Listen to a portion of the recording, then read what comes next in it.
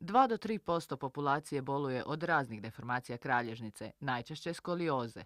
Oboljeli su u najvećem broju djeca i adolescenti, stoga je glavna tema ovogodišnjeg 13. SOSORT kongresa upravo vraćanje fokusa na pacijenta. Dajemo naglasak na to da se pravilnim pristupom pacijentu poveća njegova suradljivost i uspješnost liječenja. A isto tako danas smo čuli i o liječenju ortozama printanim 3D, print tehnikom i najnovijim operativnim tehnikama, vrstama fizikalne terapije, tako da možemo pacijentima zaista pružiti maksimalno kvalitetnu uslugu.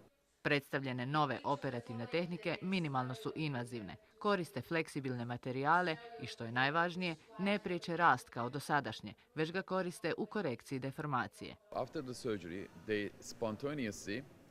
Nakon operacije spontano dolazi do većeg rasta na konkavnoj, a manjeg na konveksnoj strani kralježnice, pa se tako spontano izravnava. I sve to dok dijete raste. Liječenje je najučinkovitije u dobi od 10 do 14 godina.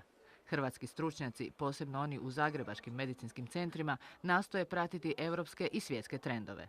Postoje određena jezerca izvrsnosti kao i u svakoj struci, a upravo je ovaj skup važan da se ta jezerca malo prošire pa da što više kolega ima pristup najnovijim postignućima i saznanjima iz ovog područja.